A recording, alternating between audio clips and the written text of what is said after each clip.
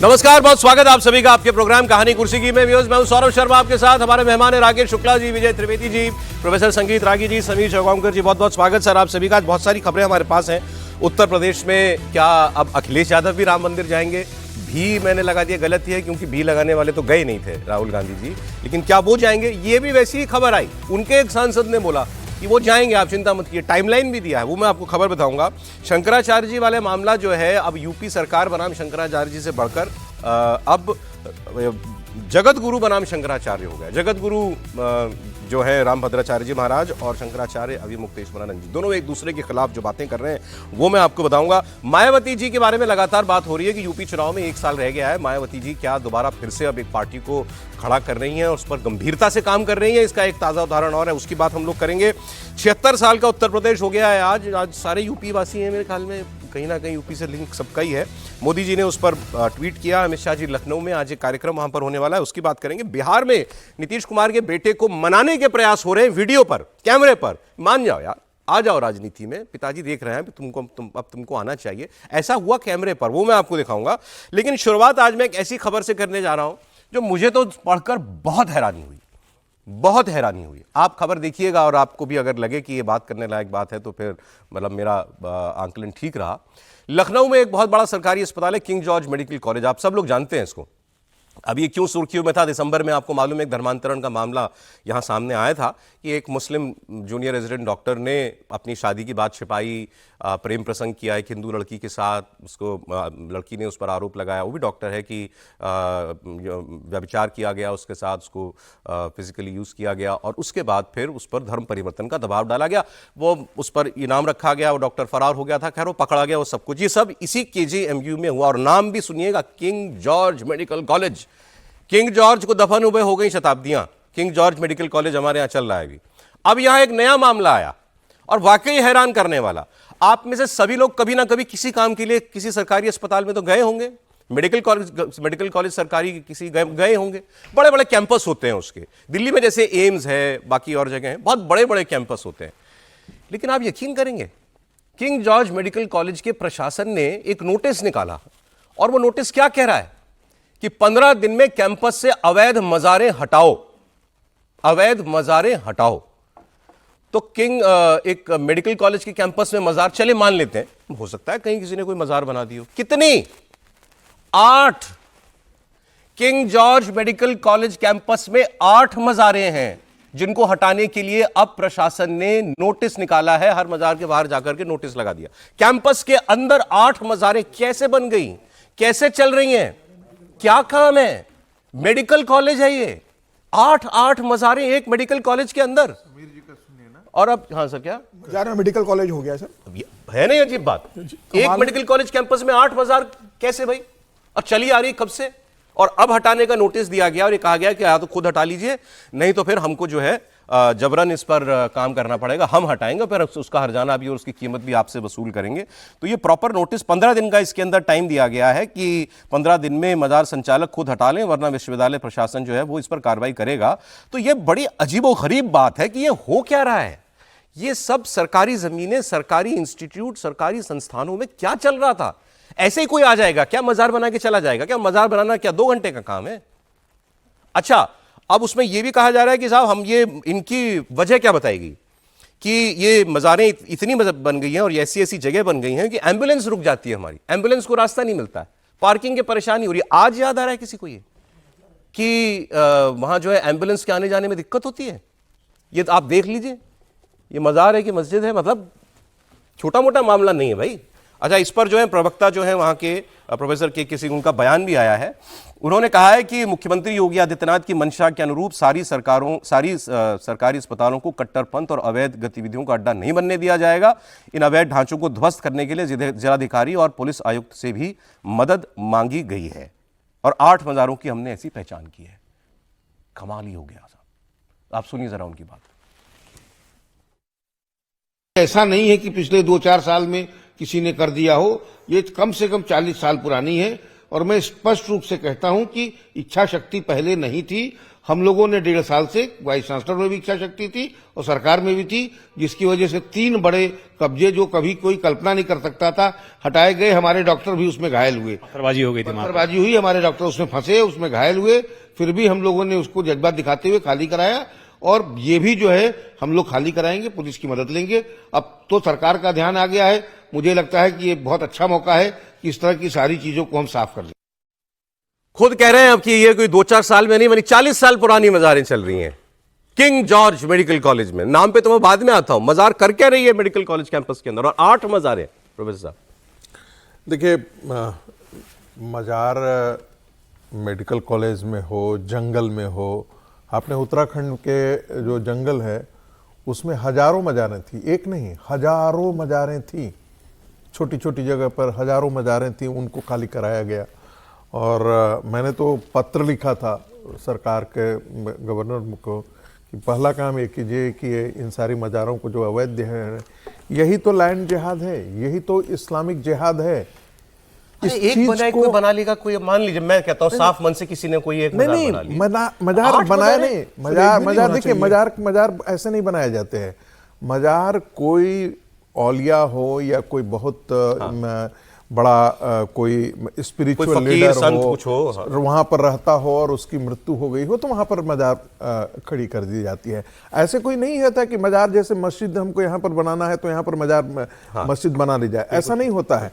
कोई स्पेसिफिक जगह हो जहां पर उसके लिए वो आध्यात्मिक केंद्र रहा हो, वहां पर ये 8 जगह हम तो गए हैं किंग मेडिकल जॉर्ज कॉलेज में, हम वहां पर देखे हैं। लेकिन मैं भी हैरान हूं कि वहां पर पहले तो मुझे ध्यान था कि 3 ही वहां पर मजारें हैं, लेकिन अब जो 8 दिखाई दे रही हैं, मुझे लगता है कि सरकार को ये बहुत गंभीरता से इस मुद्दे को लेना चाहिए। मैं इसे मानता हूं इस्लामिक जिहाद का ही ये हिस्सा है और सरकार को पूरी कठोरता के साथ बिना किसी की सुने हुए, और जब मैं बिना किसी की सुने हुए कहता हूं तो इशारा बहुत साफ है, वो रोक लगाने की, अंतरिम रोक लगाने की, बिना कुछ सुने हुए तोड़ना चाहिए। शुक्ला जी, कैसे बन सकती हैं ऐसी 8 मजारें, कैसे बन सकती हैं मेडिकल कॉलेज कैंपस में? उसी तरह बन सकती है जैसे अल्फला यूनिवर्सिटी में डॉक्टर आतंकवाद पढ़ रहे थे। देखिए, सिद्ध पुरुष जो होता है, जो अभी रागी जी ने कहा, जो इस्लाम का सिद्ध पुरुष होता है, वो सिद्ध पुरुष जब खत्म होता है तो उसकी एक मजार बनती है। हमारे यहाँ समाधि बनती है, उनके यहाँ मजार बनती है, लेकिन उनके यहाँ मजार का एक अपना महत्व होता है। लेकिन सबसे बड़ा प्रश्न ये है कि 8 मजारें कैसे बनी? ऐसे कौन से 8 सिद्ध पुरुष थे कि जिनको उस कॉलेज के अंदर दफनाया गया और उनका मजार स्थापित किया गया? सबसे बड़ा प्रश्न तो यही है।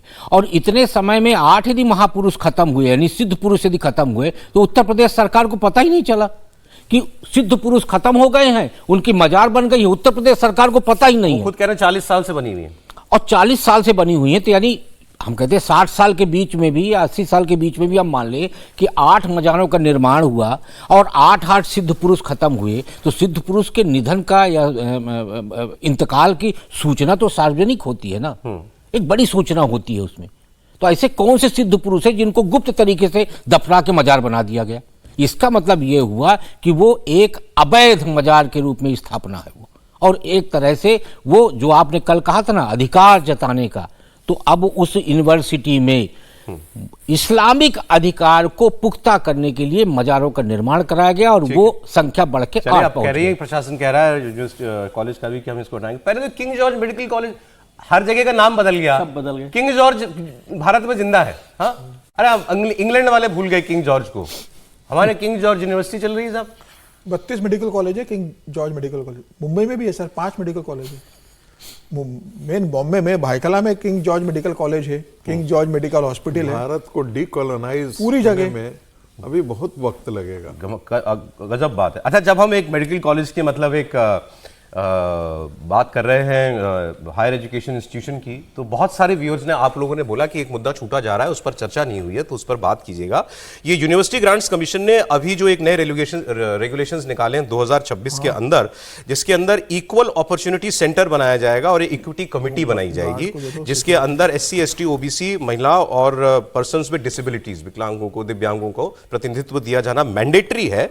तो इस पर बड़ा विवाद हुआ है और यह किया जा रहा है कि भेदभाव रोका जाए उच्च शिक्षा संस्थानों के अंदर भेदभाव ना हो किसी के साथ। तो ये अच्छा, इस पर बहुत विवाद इसलिए हो गया कि इसमें ये मान लिया गया कि भेदभाव जो है वो जनरल क्लास वाला ही करता है दूसरों के साथ। तो वो एक बात विवादी हो रहा है भाई साहब, उस कमेटी में सबको शामिल कर लिया केवल एक जनरल क्लास को छोड़ करके। और दूसरा, उसके अंदर जो एक क्लॉज पहले कहा जा रहा है कि डाला जाना था कि अगर कोई गलत शिकायत करेगा तो उसके खिलाफ भी एक्शन होगा, भेदभाव की कोई गलत शिकायत करता है अगर जातीय भेदभाव की या किसी और रूप में, तो वो क्लॉज भी उसके अंदर नहीं है। तो बहुत सारे व्यूअर्स ने सर हमसे कहा कि इस पर आप जो है बात कीजिए कि मतलब क्या है इन रेगुलेशंस का। और ये सारे, और जब बड़ी जेनरिक वो उसमें दिया गया ना हायर एजुकेशन इंस्टीट्यूशन, तो हायर एजुकेशन इंस्टीट्यूशन तो सारे हो जाते हैं। नहीं, वो उसको लेकर काफ़ी विवाद भी हो रहा है, काफ़ी नाराज़गी भी बहुत सारी तरफ से आ रही है, बहुत सारी बातें उसको लेकर हो रही है। वैसे तो ये विषय जो है प्रोफेसर साहब का है, वो ज़्यादा विद्वान लोगों में से हैं, लेकिन इस पर सरकार को ध्यान देना चाहिए। ये वैसा का वैसा हो रहा है कि किसी को भी एक इंटेंशन के हिसाब से दोषी मान लेने वाली बात है। वो कमीशन बनाना, वो कमेटी बनाना ठीक है, और जिन लोगों के साथ भेदभाव हो रहा है उस पर भी रोक होनी चाहिए, इसमें मैं कहीं पर ये नहीं कह रहा। लेकिन ये मान लेना कि जनरल क्लास का, ये तो पूरा देश चल रहा है ना जनरल क्लास से भी, तो जनरल क्लास का कोई व्यक्ति है, या जब भी कोई कमेटी बनती है, कोई जुडिशियल कमेटी बनती है, तो उसमें हम उसको ये ध्यान रखते हैं क्या कि भाई इस आदमी को नहीं लेना चाहिए। कोशिश करते हैं कि सब पक्ष उसमें शामिल हों। जैसे SC/ST कमीशन को लेकर भी बात होती है, तो उसमें ये होगा कि SC/ST कमीशन का आदमी नहीं होगा, वो जरूरी होगा। इक्वलिटी पर जनरल क्लास को यदि आरोप है कि इस तरह का भेदभाव, बहुत इस पर काफ़ी बहुत बहस हो गई है देश भर में, पता नहीं आपको चर्चा है कि नहीं, सोशल मीडिया पर तो वो आपके व्यूअर शिकायत कर रहे थे कि हमने चर्चा नहीं की। हाँ सही बात है, क्योंकि वो बहुत देश भर में इसको लेकर खासतौर से सोशल मीडिया पर चर्चा हो रही है। और सरकार, लेकिन स्कूल कॉलेज में जाति कहाँ से आ गई? हम लोग भी स्कूल कॉलेज में पढ़े हैं, तो क्या जाति देख के दोस्ती कर रहे थे क्या? और कितना हम लोग लाना क्यों पड़ा सरकार? नहीं, हम लोग इतना ज्यादा बातचीत करते थे एक दूसरे से, किस तरह से बात होती, तो ये स्कूल कॉलेज में ये भी सवाल है, लाना क्यों पड़ा? कोई घटना हुई हो कहीं? कोई घटना तो या घटनाएं आ रही हो बहुत सारी, एक भी नहीं हुई, ऐसी कोई भी घटना सामने नहीं आई। प्रोफेसर साहब कुछ है टिप्पणी इस पे? मैं अपना मुंह बंद ही रखना चाहूंगा, क्योंकि मैं जिस प्रकार से शिक्षा संस्थानों का इस रूप में देख रहा हूं, तो मुझे भय होता है आने वाले दिनों में। और इसलिए भय होता है कि जब हम विद्यार्थी को डांटते हैं तो हम उसकी जात देख करके नहीं डांटते। मैं बहुत साफ कह दूं, और मेरा तो स्वभाव है कि मैं तो गर्ल्स स्टूडेंट को भी जब डांटना होता है तो बुरी तरीके से डांटता हूं। जब वो उनका टेलीफोन बज जाता है तब मैं डपट देता हूं। जब वो बीच में पानी पीने लगते हैं तो मैं कहता हूँ ये सिनेमा हॉल नहीं है, 2 घंटा मैं बोल रहा हूँ तो 2 घंटा आप ध्यान में रखें। कल जा कर के आप अंदाज़ा लगाइए कि कोई एक विद्यार्थी केस करता है इसी प्रकार की चीज़ें, तो हम तो सफाई देते फिरेंगे। आप बार बार कहते हैं कि भारत की अपनी नॉलेज सिस्टम थी, भारत की अपनी एक गुरु शिष्य परंपरा थी, आपने उसे कहाँ रखा है? आपने तो उसे ताके पर डाल दिया है। और एक बहुत बड़ा सवाल मैं बार बार ये उठाते रहता हूं और उठाता भी हूं कि मैंने ये जन्म लिया है। दरअसल थोड़ा सा इधर विजय जी को भी संबोधित करना है मुझे, प्लीज। मैं जन्म लिया हूं, है ना, मेरा यही जन्म है। मैं नहीं जानता कि मेरा पहले जन्म है। खबर रख लीजिए स्क्रीन पर जी। मेरे बाप दादों ने डिस्क्रिमिनेशन किया था या नहीं किया था मैं नहीं जानता। मेरे बाप दादे उस डिस्क्रिमिनेशन में शामिल थे या नहीं शामिल थे मुझे नहीं जानते। आप मुझे इसमें इस जन्म में, एक जन्म में मुझे आप क्यों डिस्क्रिमिनेट कर रहे हैं? एक सवाल। ठीक है सर। दूसरी बात एक जोड़ देना चाहता हूं, इस देश में बस 10 सेकंड खत्म हो रहा होता, इस देश में मुसलमानों ने, आक्रांताओं ने इतना पद दलित क्या कहता है, आप छोड़ दीजिए, पीछे का अतीत आप मत ढूंढिए, आप ये सब उस जो बीत ही गई विसार दीजिए। इस चीज को आप जिंदा रखना चाहते हैं भारत के अंदर। और मैं मानता हूं, आप सिर्फ लंबा हो जाएगा, आप कहने की कोई जरूरत नहीं थी। मुझे इसकी कोई आवश्यकता नहीं थी। एक कमेंट पर मुझे इसकी कोई आवश्यकता नहीं दिखाई दे रही। सरकार का जो संसदीय पैनल है, सरकार ने संसद में इस बात को कहा है कि भाई 5 साल के अंदर दलितों पर और पिछड़ों पर 118% के वृद्धि हुई यूनिवर्सिटीज के अंदर, और सरकार ने इस बात को मानकर सरकार ने यह कर दिया कि हर कॉलेज, हर यूनिवर्सिटी में आपको एक कमेटी बनानी पड़ेगी और हर 6 महीने में आपको रिपोर्ट यूजीसी को भेजना पड़ेगी कि कितना अत्याचार दलितों पर हो रहा है, कितनी रिपोर्ट आई है, कितनी आपने दर्ज की है। तो ये तो सीधा आपने हथियार दे दिया कि आपकी जरा से भी अनबन हो, नहीं हो, कोई निजी खुंदस हो, आप सीधे आरोप लगा दीजिए कि भाई SC ST में शिकायत दर्ज कर दिए, उस लड़का का कैरियर आप चौपट कर दीजिए, उससे कॉलेज से रेस्ट्रिक्ट कर दिया जाएगा, उसे कमेटी के सामने लेके जाएगा। सवर्ण लड़के आत्महत्या करने की धमकी दे रहे कि ऐसी स्थिति होगी। हम पढ़ने आते हैं यहाँ पर, मतलब अगर कुछ भी हुआ तो सीधे उसको SC ST एक्ट में दावे, विचारधारा अलग है, उसको SC ST एक्ट लगा दो, उसको रेस्ट्रिक्ट करवा दो, कॉलेज से सस्पेंड करवा दो, उसका जीवन तबाह कर दो। तो मुझे लग रहा है कि बहुत सारी खबरें हैं भाई, या तो सरकार अब इस पर सबको विश्वास में लेके आपने क्यों किया है, मुझे बताएं। 10 सेकंड ये बात जरूरी है जाना। देखिए, ऐसी घटनाएं नहीं होती हैं, मैं ऐसा नहीं कहता, होती हैं, लेकिन अपवाद को क्या नियम के तौर पर आप प्रोजेक्ट कर देंगे? ठीक है सर। अब ऐसा नहीं होता है कि मैसिव तरीके से इस प्रकार से डिस्क्रिमिनेशन हो। सर आगे खबर जो है वो अभी हम आपको बता रहे थे, ये मेडिकल कॉलेज में मज़ारें निकल आई हैं। हमारे यहाँ ये बहस नहीं खत्म हो रही कि कौन नेता मंदिर जाएगा नहीं जाएगा। अच्छा, वो शुरू करते हैं खुद वही लोग, उन्हीं की पार्टियों के नेता, और फिर बाद में मीडिया पर भड़कते हैं कि ऐसी बात आपने क्यों कही कि राहुल गांधी राम मंदिर जाएंगे। साहब, कहां से आई थी खबर? ये खबर आई थी कांग्रेस पार्टी के सांसद ने दी थी खबर, फिर वो नहीं गए तो विवाद इस पर भी मीडिया के सर कि आपने, हमने तो कहा नहीं, आपने क्यों कहा? आपके सांसद ने बोला। अब अखिलेश जी वो भड़क गए थे।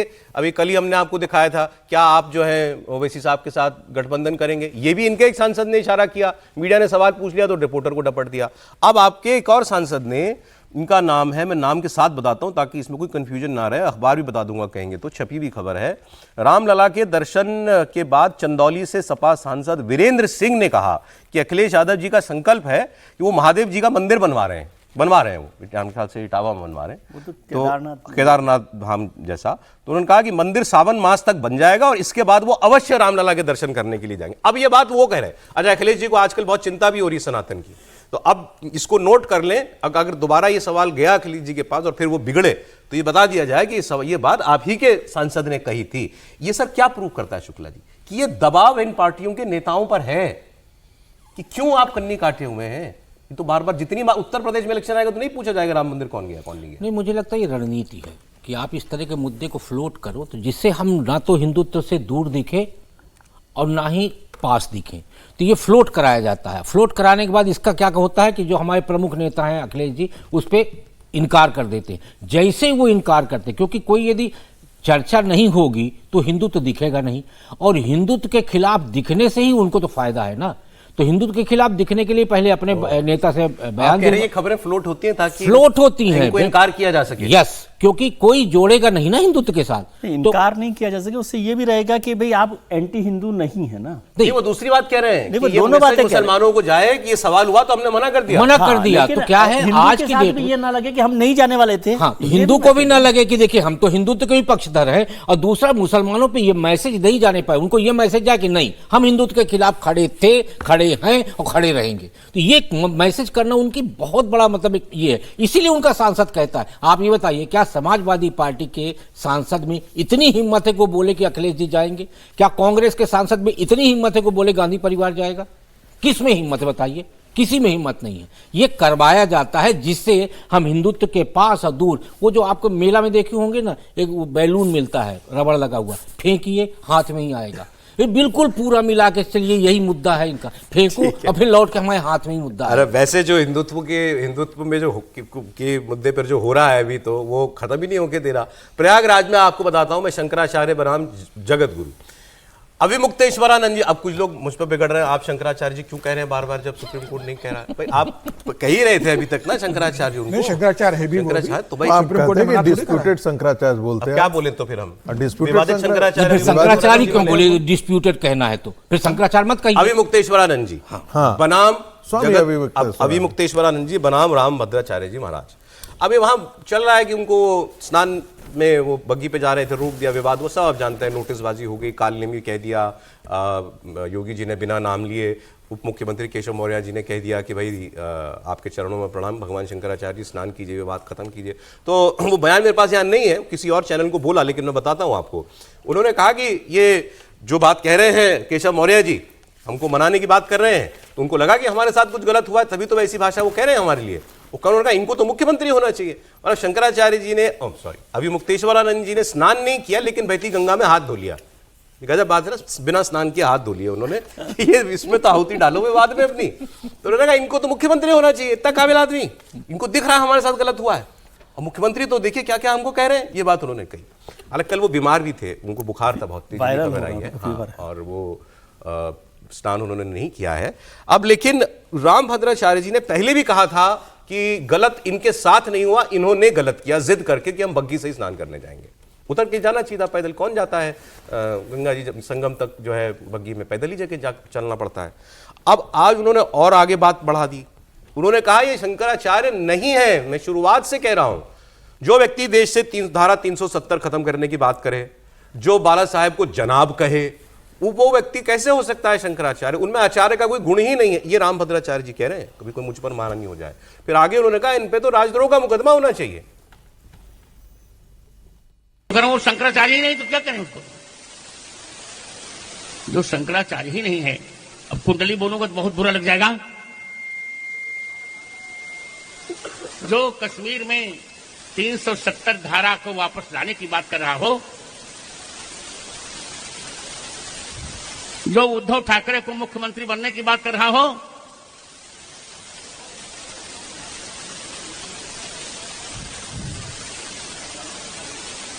और जो बाला साहब ठाकरे को जनाब कह रहा हो, वो कोई शंकराचार्य है क्या? मैं तो पहले से कह रहा था,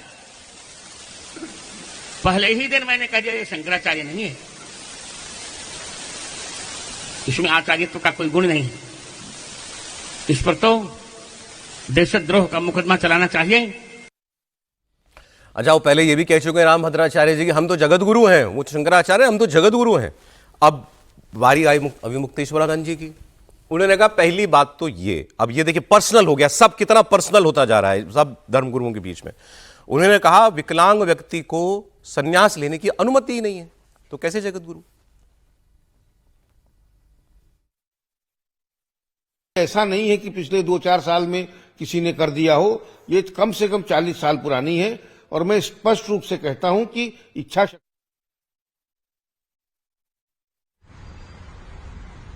आपको धर्माचार्य, आप कहते हैं मैंने शास्त्र पढ़ लिए, शास्त्र में लिखा हुआ है कि जो विकलांग होता है उसको सन्यास का अधिकार नहीं है।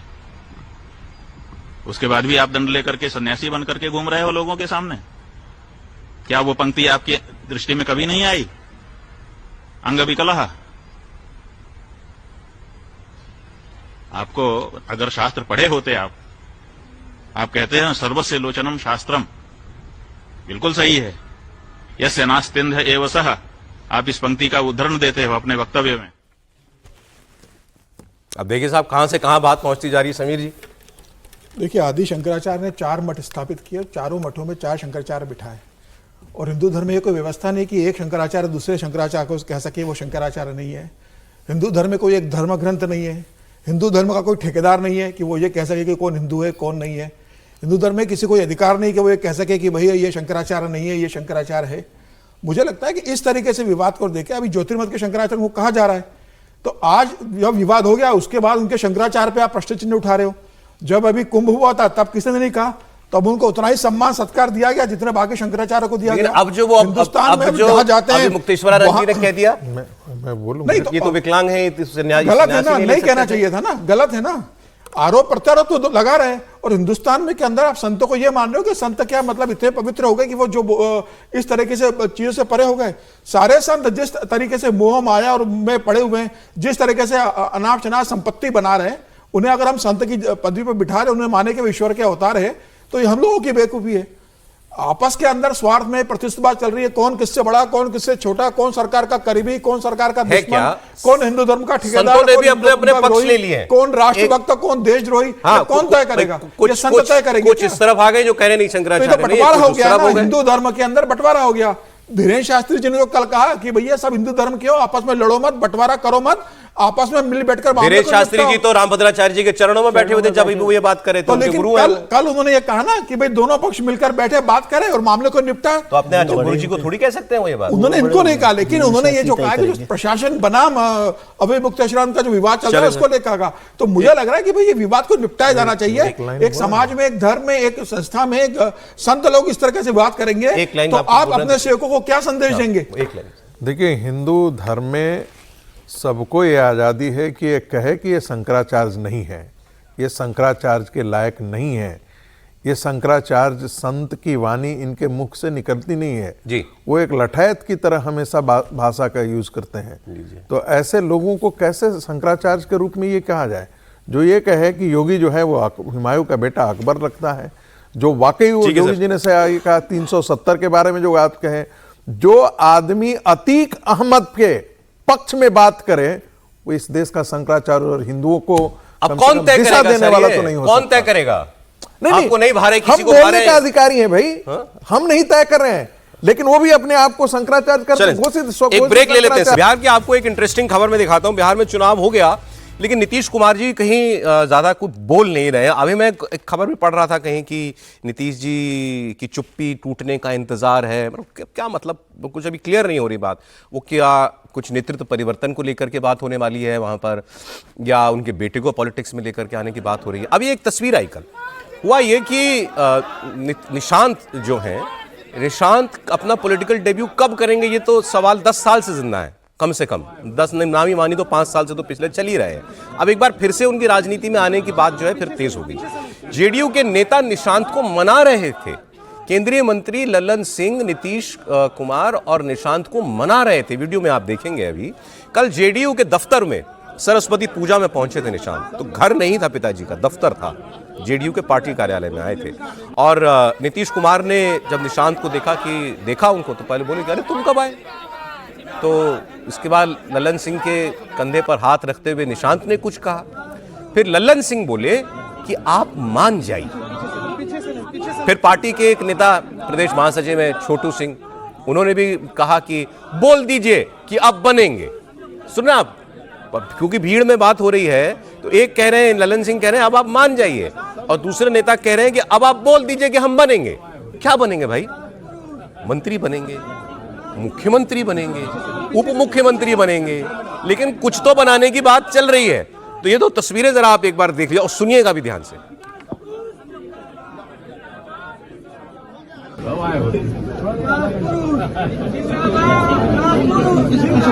पीछे से नहीं पीछे से नहीं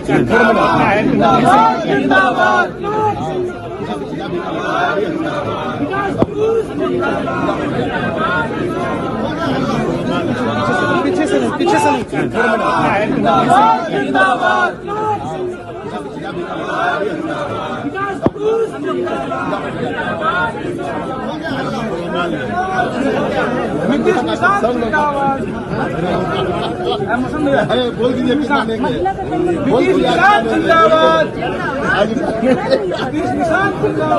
अरे हमसे कराए वो दूसरा वाला तस्वीर भी दिखा दीजिए जिसमें लल्लन सिंह कह रहे हैं कि अब आप मान जाइए। दोबारा चलाइएगा जरा उसको, दोनों बातें आ जाएं जरा जी।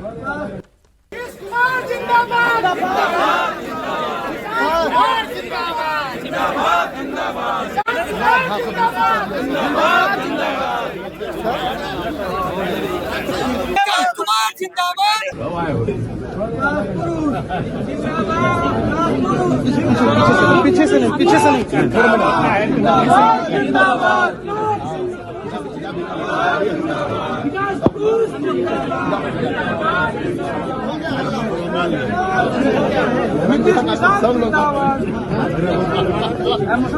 बोल दीजिए सरस्वती माँ का आशीर्वाद लेने आए थे पिताजी। मैं भी आया हूँ सरस्वती माँ के दरबार में। पिताजी से क्या बात हुई? ऐसा सब चीज सर कहाँ क्या बनने के लिए मनाने की बात हो रही सर ये निशांत जी को? देखिए, सेवा भाव है सबका अपना। हम बने रहें इसलिए आप बनाने की बात करते रहें, कम से कम पहला काम तो ये होना चाहिए कि हम बने रहें, हमें कोई आपत्ति ना हो। लेकिन अब उनकी एंट्री के लिए एक पूरा माहौल बनाया जा रहा है कि भाई ये माहौल बन जाए। निशांत जी आ भी जाएंगे तो कोई आपत्ति नहीं, सब लोग आ रहे हैं, निशांत जी भी आ जाएं और बहुत समय उनका इंतजार जबरदस्ती वो आदमी का इंटरेस्ट नहीं है पॉलिटिक्स में, होता तो अभी तक एक्टिव हो गए होते भाई, 50 साल के हो सकता है। लेकिन सर मैंने अभी बहुत सारे फिर वही नाम आएंगे, बहुत सारे नामों पर मैं अक्सर चर्चा करता हूँ जिनके बारे में कहा जाता है उनका पॉलिटिक्स में आने में इंटरेस्ट नहीं था, वो तो प्रधानमंत्री बन जाते हैं। इसलिए इस बात पे मत जाया कीजिए। राजीव गांधी जी जो भी हैं, बहुत सारे लोग हैं जिनके लिए कहा जाता है कि नहीं वो पॉलिटिक्स में नहीं आना चाहते थे, तो अब निशांत जी नहीं आना चाहते हैं तो कोई मना तो जबरदस्ती तो नहीं कर सकता, लेकिन वो यहाँ आए हैं, उनके साथ हैं। और आप एक वो देखा कीजिए बॉडी लैंग्वेज, निशांत लल्लन सिंह को जैसे पुश किया है आगे ले जाकर, वो उनसे बहुत बड़े हैं लल्लन सिंह, नेता के हिसाब से भी छोड़ दो, उम्र के हिसाब से भी, लेकिन एक जो दम होता है ना अपना कि भाई नीतीश कुमार जी के बेटे, वो लल्लन तो रहेगा, है ना, वो तो है। तो इसलिए ये नहीं, मुझे नहीं लग रहा कि अब उनके आने की संभावनाएं बनती जा रही। पहले हो रहा था मुख्यमंत्री तो नहीं बनेंगे, मुख्यमंत्री बनने का तो मुझे संभावना नहीं लगती, भारतीय जनता पार्टी भी नहीं चाहेगी कि निशांत जी मुख्यमंत्री बन जाए। नहीं, लेकिन कुछ तो बात, ललन सिंह जी तो फिर भी जो उसमें साफ नहीं था, उन्होंने कहा मान जाइए। हाँ। तो दूसरे जो बोले पीछे से महासचिव, उन्होंने कहा अब कह दीजिए हम बनेंगे। हाँ, तो वो तो बड़ा साफ हो गया ना। निशांत कुमार को अगर पार्टी में एक्टिव करना होता तो भाई आप सिर्फ ये क्यों कह रहे हो कि भाई निशांत कुमार तुम आगे बढ़ो, हम तुम्हारे साथ है। भाई नीतीश कुमार की पार्टी है, पार्टी में उससे कोई पद देते, सचिव बनाते, महासचिव बनाते, कोषाध्यक्ष बनाते, कार्यकारी अध्यक्ष बनाते, संगठन में निशांत कुमार की उपयोगिता को इस्तेमाल करते, वो परफॉर्म करते, फिर उसको आप आगे बढ़ाते। हरनौत में जब विधानसभा चुनाव हो रहा था, हरनौत में एक बोर्ड लगा वहां पर, नीतू आगे बढ़ो हम, निकू आगे बढ़ो हम आप तुम्हारे साथ है। तो ये खबर चली कि भाई निशांत कुमार के लिए पोस्टर लगाए गए जगह जगह।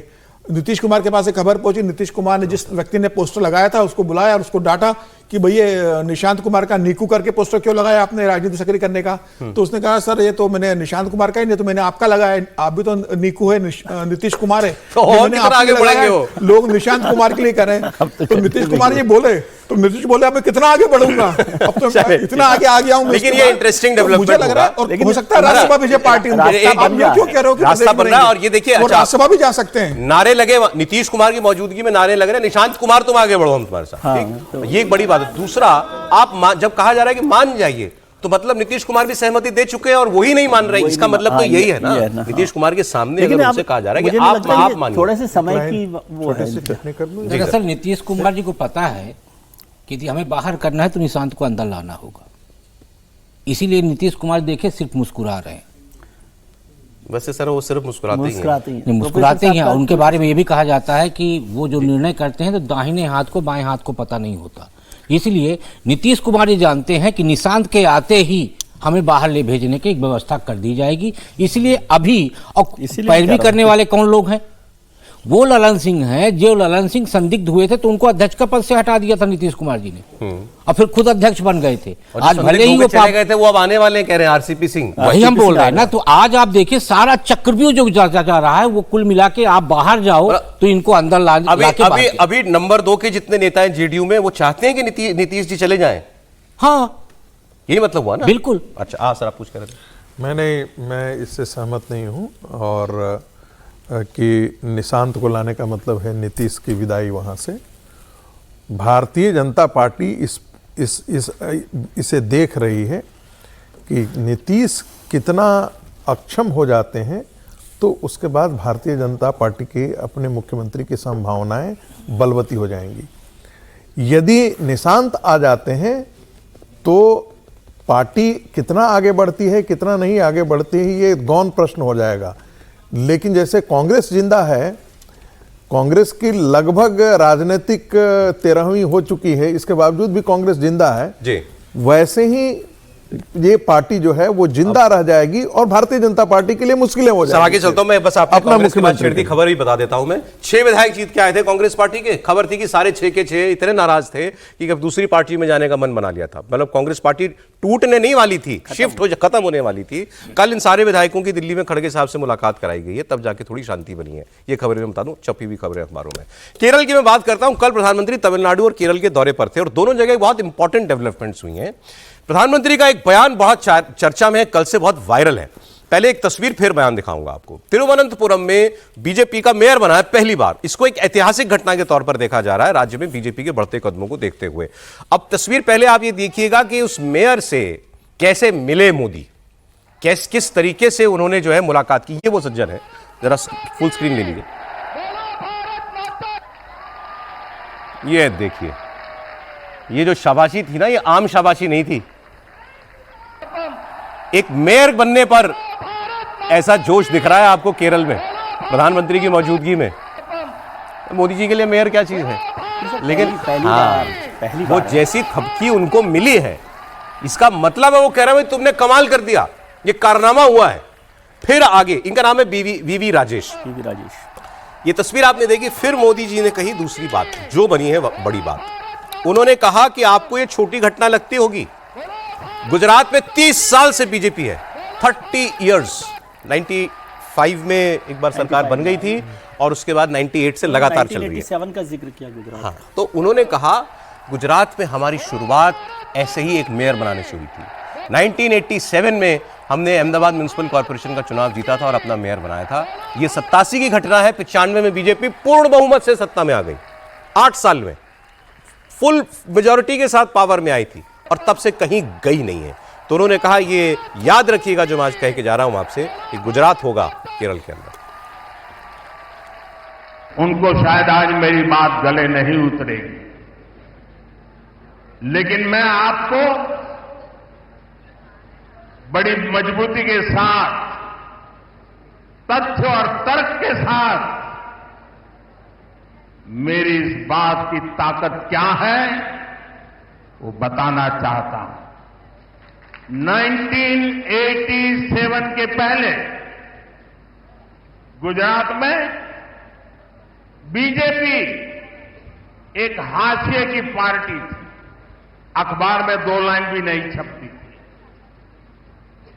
87 में पहली बार भाजपा ने अहमदाबाद म्युनिसिपल कॉर्पोरेशन में विजय प्राप्त की, जैसे आज आपने तिरुवनंतपुरम में विजय प्राप्त की है।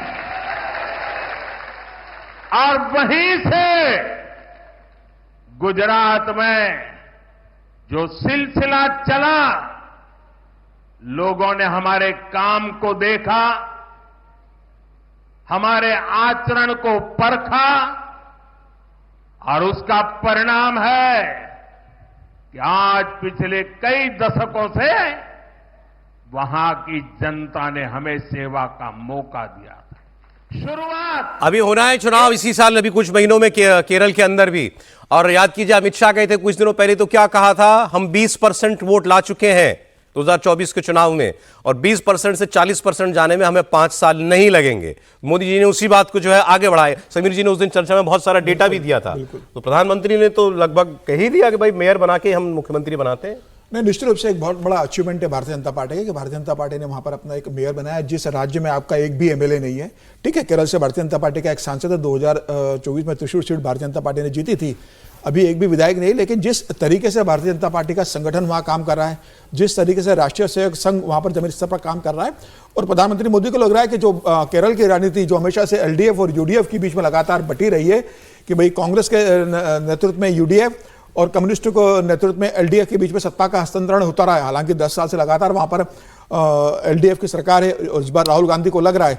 लेकिन जिस तरीके से प्रधानमंत्री मोदी का गुजरात का जिक्र किया, मुझे लग रहा है कि गुजरात बनने में केरल को समय लगेगा। गुजरात में भारतीय जनता पार्टी का संगठन बहुत मजबूत था। हाँ, वो हरियाणा से उसकी तुलना करते, वो कर्नाटका से तुलना करते, जिस तरीके से कर्नाटका में एक समय भारतीय जनता पार्टी कमजोर थी, उसके बाद कर्नाटका में गई, या हरियाणा का जिक्र करते, ये बड़ी अचीवमेंट है। लेकिन अभी निश्चित रूप से बड़ी अचीवमेंट है। और जिस तरीके से वहां पर जमीनी स्तर पर जिस तरीके से भारतीय जनता पार्टी का संगठन काम कर रहा है, प्रधानमंत्री मोदी जिस तरीके से केरल में हर सीट हर बूथ के हिसाब किताब लगातार वहां पर पूछ रहे हैं, जिस तरीके से संघ वहां जमीनी स्तर पर काम कर रहा है, इसका असर आने वाले चुनाव में दिखेगा। और निश्चित रूप से भारतीय जनता पार्टी का सिर्फ खाता ही नहीं खुलेगा, एक बड़ी ताकत के रूप में केरल में भारतीय जनता पार्टी नजर आएगी। कर्नाटका में एंट्री हुई, पहले क्या जीते, शिमोगा जो कॉर्पोरेशन था, अच्छा, कर्नाटक में भी, कर्नाटक में और फिर वहां से गए आगे। अच्छा, ठीक है, तमिलनाडु गए प्रधानमंत्री। अच्छा, यहां पर उन्होंने सबरीमाला मंदिर में सोना चोरी की बात भी की और कहा कि मोदी की गारंटी है हम आएंगे तो एक केक को सजा देंगे। आप जानते हैं सबरीमाला मंदिर भगवान अयप्पा का मंदिर है, उसमें लाखों करोड़ों लोगों की श्रद्धा है, और वहां सोना चोरी हो गया तो उस बात को उन्होंने उठाया, वहां धार्मिक पिच भी दी उन्होंने। फिर वहां उन्होंने कांग्रेस को माओवादी मुस्लिम लीगी कांग्रेस भी कहा। फिर वो तमिलनाडु में थे, तो तमिलनाडु में उन्होंने यहाँ जैसे सबरीमाला का मुद्दा उठाया, वहां उन्होंने मुद्दा उठाया तिरुप्पन कुंदरम मंदिर में दीपम वाला मामला, आपको याद है ना? पहाड़ी पर मंदिर है, वहां भी एक मजार है, और मजार है तो इस वजह से वहां पर एक साल में एक बार दिया जलाने की परंपरा है, वो दिया नहीं जलाने दिया जा रहा था। हाई कोर्ट के जज को कहना पड़ा दिया जलेगा, और सरकार ने क्या किया? सरकार जज के खिलाफ महाभियोग लाने की तैयारी में लग गई, तमिलनाडु की सरकार। वो बात भी प्रधानमंत्री ने याद दिलाई। फिर उसके बाद अच्छा, वो मामला वहीं खत्म नहीं होता, ये तो सिंगल जज का फैसला था, फिर खंडपीठ ने भी फैसला दिया कि दीपक जलेगा। अब वो मामला सुप्रीम कोर्ट में पहुंचा हुआ है। सुप्रीम कोर्ट में ये याचिका गई है कि यहां अखंड ज्योत जलेगी, अखंड दीपक जलेगा इसका, और ये जो इसका संरक्षण का जिम्मा है एएसआई को दे दिया जाए ताकि विवाद ही ना रहे।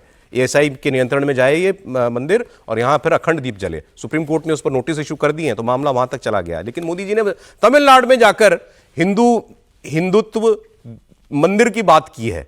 वो तमिलनाडु जहां सनातन इरेडिकेशन सेमिनार होता है, सनातन को खत्म करने के सेमिनार होते हैं, सारी राजनीति की धारा ही वो है, तो वहां पर ये बात उन्होंने कही, सुनिए। हम सिर्फ तमिल संस्कृति की बात नहीं करते, हम उसकी रक्षा के लिए संकल्प भाव से काम भी करते हैं। अभी कुछ दिनों पहले जब भगवान मुरुगन के दीप को लेकर एक विवाद खड़ा किया गया, तो हमारे नेताओं ने भक्तों के अधिकारों के लिए आवाज उठाने का काम किया। लेकिन डीएमके और इनके साथियों ने वोट बैंक को खुश करने के लिए कोई तक को नहीं छोड़ा, कोर्ट को भी उन्होंने बदनाम किया। डीएमके तमिलनाडु की संस्कृति, सब तमिलनाडु की संस्कृति की अगर कोई सबसे बड़ी दुश्मन है तो वो डीएमके हैं। कांग्रेस और डीएमके वालों ने जलीकट्टू को भी बैन करके भी आप सभी लोगों का अपमान किया था। अब एक्चुअली सर, प्रधानमंत्री उस इमोशन को हवा देना चाह रहे हैं जो वास्तव में वहां की राजनीति में जिसका स्थान बहुत नीचे कर दिया गया है। भाई धार्मिक बात करना तो वहां की सरकार से तो आप उम्मीद भी नहीं कर सकते ना, वो तो महाभियोग ले आई थी जज के खिलाफ दीप जलाने के मामले में। देखिए, तमिलनाडु में देश में सबसे ज्यादा बड़े मंदिर हैं, करीब करीब 5000 मंदिर हैं, और उतने बड़े मंदिर देश भर में कहीं नहीं है। जिससे उत्तर भारत को आप हिंदू धर्म का वो मानते हैं, उससे बहुत बड़े मंदिर और बहुत संस्कृति को लेकर वहाँ पर बड़ा काम होता है। लेकिन जो डीएमके और उनकी पॉलिटिक्स रही वो एंटी हिंदुइज्म रही। इसको तमिल संस्कृति, प्रधानमंत्री जी करें, तमिल संस्कृति के तो साथ हैं स्टालिन साहब। तमिल संस्कृति और हिंदू संस्कृति का वो अलग मानते हैं दोनों। हाँ, वो अलग मानते हैं दोनों को। वो हिंदू संस्कृति के साथ नहीं है, हिंदू सनातन उसको वो इरेडिकेट कर रहा है, तमिल संस्कृति के लिए तो खड़ा ही है, और इसलिए बीजेपी को मुश्किल हो रही है, इसलिए उसने हिंदू सेगमेंट को इस्तेमाल किया। अब वहाँ पर इतने 40 साल से 50 साल से ये एंटी सनातन जो पॉलिटिक्स चल रही है, उससे एक बड़ा स्पेस बन गया है जो हिंदू लोग हैं, जो सनातन वाले लोग हैं, उनके लिए।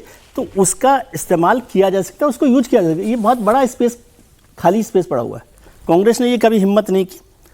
प्रधानमंत्री और भारतीय जनता पार्टी उस स्पेस को कैप्चर करना चाहती है, और मेरे ख्याल से वो एक ठीक राजनीतिक स्ट्रेटेजी भी है, पॉलिटिकल स्ट्रेटेजी के तौर पर भी, क्योंकि बहुत सारा उसकी बात करो जिसकी कोई बात नहीं कर रहा, जिसकी कोई बात नहीं कर रहा वो कर रहा है। और इसलिए आपने देखा वो तमिल से काशी तक का तमिल संगमम और वो सारी बातें वहां हो रही थी, और ये कार्तिक दीपम वाला जो मसला है वो भी वहां पर बड़ा हो गया। अब ये तो सरकारें, पॉलिटिकल पार्टीज तो अपनी अपनी बात करती है। तमिलनाडु में कार्तिक दीपम पर सुप्रीम फैसला जो है हाई कोर्ट का, वो सनात इन्होंने नहीं माना, स्टालिन साहब ने नहीं माना। सबरीमाला पे बीजेपी ने क्या किया था ये भी बता देना चाहिए था, हाथ के हाथ। लेकिन वो तब भी सनातन के साथ ही थी। आप ठीक कह रहे हैं, मामले दोनों कोर्ट के थे। मैं कोर्ट की बात, भावना की बात कह रहा हूं। भावना दोनों में सनातन के साथ ही खड़ी थी बीजेपी, क्योंकि उस वक्त ये कहा जा रहा था जो आपकी हाईकोर्ट का फैसला ट्रेडिशन के खिलाफ था। महिलाओं को एंट्री देने वाली बात आप कर रहे हैं ना। जी। तो उन्होंने कहा ये ट्रेडिशन के खिलाफ, कोर्ट की बात कर रहा हूं। वो बात आपकी ठीक है सर, कुछ बोल रहे हैं तो इतना बता दीजिए, केरल ज्यादा मुश्किल है, तमिलनाडु बीजेपी? नहीं, मैं बीजेपी के एक चीज ये भी, चूंकि आपने जिक्र किया तो भी बोल दें, तो कोर्ट ये भी निर्णय कल दे दे ना कि मस्जिदों के अंदर महिलाएं भी जाकर के नमाज करें, इक्वलिटी प्रिंसिपल लागू कर दे, वहां पे करना चाहिए, उसमें कोई दिक्कत नहीं जाइए उसमें कोर्ट में।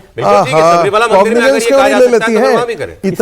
इतना बड़ा हम तो महिलाओं के साथ खड़े। कोर्ट को यह भी निर्णय ले लेना चाहिए था कि दलित महिलाओं को वहां पर किस प्रकार से ट्रीटमेंट होता था और दलितों के साथ क्या ट्रीटमेंट होता था कश्मीर में। 70 साल ने तो कोर्ट उनका कोई कॉग्निजेंस नहीं लिया। एक बात, एक मिनट सर, व्हाट आउटरी नहीं है। सर आप कंप्लीट करिए, एक खबर और बातें की जाती है तो पूरी टोटलिटी में की जानी चाहिए, ऐसा नहीं है कि एक तरफा बात हो। दूसरी बात, 1976 से लेकर के 5 लाख किलो सोना तमिलनाडु के मंदिरों को सीज करके लेकर के आरबीआई के साथ जमा किया। मद्रास हाई कोर्ट में एफिडेविट दायर किया है। कौन किया है? ये डीएमके की सरकारों ने किया है, वहां की सरकारों ने किया है। और उससे मंदिर से बहर है, लेकिन मंदिर का सोना चाहिए। 20,000 मंदिरों में वहां पर सुबह शाम आरती नहीं हो पाती है। सर ठीक, एक खबर आगे बढ़ते हुए, क्योंकि ये भी जरूरी खबर है आज की, अब समय कम है, लेकिन एक टिप्पणी में राकेश जी की जरूर लूंगा इस पे। आपको एक तस्वीर दिखाता हूं, फिर एक बात बताऊंगा। तस्वीर आप देखिए, ये दिखा ले, फुल स्क्रीन ले लीजिए। केरल में जब मंच पर थे, सरकारी कार्यक्रम था, विजयन साहब हैं केरल के चीफ मिनिस्टर, लेफ्ट के चीफ मिनिस्टर हैं, हाथ पकड़ के लेके आए, बैठाया, बैठिए पूरे सम्मान से। प्रधानमंत्री पहले पहुंच गए थे, उनकी उम्र ज्यादा है, उनको आने में 2 मिनट ज्यादा लगे, हालांकि प्रधानमंत्री से पहले बाकी सबको पहुंच जाना होता है, वो लेट हो गए। प्रधानमंत्री हाथ पकड़ के लेके आते हैं, आइए, ये उन्होंने रिस्पेक्ट दिया कि वहां भी चुनाव है। और ये विजयन जानते थे कि इस प्रोग्राम के बाद ये अपनी रैली में जाएंगे और वही सब कहेंगे जो इनको कहना है मेरे बारे में। वो बोला भी प्रधानमंत्री ने, इन्हीं के खिलाफ भी बोला, लेकिन ये सरकारी कार्यक्रम था। और यहां विजयन ने क्या बोला जब माइक पे आए कि मैं प्रधानमंत्री का वेलकम करता हूं in God's own country. God's own country कहते हैं केरला को प्रचार में, ठीक है, देवभूमि कहते हैं। और वहां फिर उन्होंने कहा मैं बड़ा धन्यवाद देता हूं, आपने हमारे लिए इतनी परियोजनाएं लॉन्च की हैं, आपने वहां ट्रेनों को भी हरी झंडी दिखाई है, और आपके साथ सहयोग हमको ऐसे ही मिलता रहे, आपकी अच्छी नीयत का लाभ हमको मिलता रहे। ये बातें उस चुनाव से 4 महीने पहले केरल का मुख्यमंत्री प्रधानमंत्री को कह रहा है, लेफ्ट पार्टी का नेता बीजेपी के नेता को कह रहा है। आप बंगाल में इमेजिन कर सकते हैं ये? आप इस तस्वीर में ममता बनर्जी को इमेजिन कर सकते हैं? क्या फर्क है? यहां भी इलेक्शन है, वहां भी इलेक्शन है, लेकिन दोनों जगह का फर्क क्या है? मैं आप दूसरी खबर, बंगाल में एसआईआर बिहार में हो गया, कहीं आगजनी, कहीं पत्थर, कुछ हुआ? बिहार में बार बार चुनाव के काम में, एसआईआर के काम में लगे अधिकारियों के ऊपर हमले हो रहे हैं, धमकियां मिल रही हैं। कल भी एक ऐसा ही वाकया आया है। कल भी वहां पर एक जगह पर एक स्कूल के अंदर एसआईआर के जो सुनवाई का काम चलता है, नोटिस देखिए जो लोग सुनवाई के लिए बुलाए जाते हैं, वो काम चल रहा था, वहां लोग पहुंच गए, पत्थरबाजी हो गई, पूरा तोड़फोड़ कर दिया गया पूरी जगह पर, जान बचा के एसआईआर करने वाले अधिकारी वहां से भागे। ये एक पहली नहीं, तीसरी चौथी घटना है अभी 2 हफ्ते के अंदर जो बंगाल के अंदर हो रही है। तो क्या ऐसा क्या अलग है भाई? हिंसा वहां भी होती है, केरल में भी होती है, लेकिन ये तो नहीं देखते हम कहीं जो बंगाल में होता है। सर क्या है बंगाल में ऐसा? देखिए, बंगाल और केरल दोनों, मैं केरल की एक छोटी सी घटना बताता हूँ कि केरल में तिरुवनंतपुरम की एक सड़क परियोजना का मामला था। नितिन गडकरी जी से पिनराई विजयन मिलने के बाद वो वापस चले गए। अधिकारियों ने उस प्रोजेक्ट को मंजूरी नहीं दी। 4 महीने के बाद पिनराई विजयन जी की इनकी बात हुई कि वो प्रोजेक्ट अभी भी अधर में लटका हुआ। नितिन गडकरी जी ने कहा कि आप आ जाइए।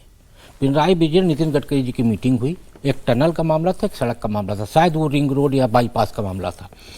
बैठने के बाद सारे अधिकारी एनएचएआई के बुलाए गए वहीं पे, और एनएचएआई के अधिकारियों को कहा गया कि पिनराई विजयन जी के पहुंचने के पहले मंजूरी पहुंच जानी चाहिए केरल में। ठीक है, वो एक इम्पैक्ट है कि जब आप विकास की बात करते हो तो वहां पे लेफ्ट और राइट का भेदभाव नहीं रखते, इसीलिए पिनराई विजयन भी प्रधानमंत्री का हाथ पकड़ के बोलते हैं कि ये हमारे प्रधानमंत्री। ठीक है सर, अब उम्मीद तो करते हैं कि ये हर राज्य में ऐसे ही चले, केंद्र और राज्य की। केरल में एक जुड़ी हुई खबर है सर, समय चला जाए, बिल्कुल भी नहीं है, नहीं तो मैंने लगातार ट्रंप ने जो ये बोर्ड ऑफ पीस नाम से दुनिया को एक नई दिशा देने की कोशिश की है, इसकी बात हम आपसे करते हैं, इसमें भारत ने जवाब नहीं दिया है, ना जल्दी देगा ऐसा लगता है। लेकिन पाकिस्तान ने तो झटपट काम किया, हाँ भी किया, और कल ये भी ऐलान कर दिया, हमने आपको बयान दिखाया था कि फौज भी हम भेजेंगे, सारे मुस्लिम देश मिलकर जब वहाँ फौज भेजेंगे तो उसमें हम भी भेजेंगे, वरना अलग थलग रह के तो हमारा नुकसान है।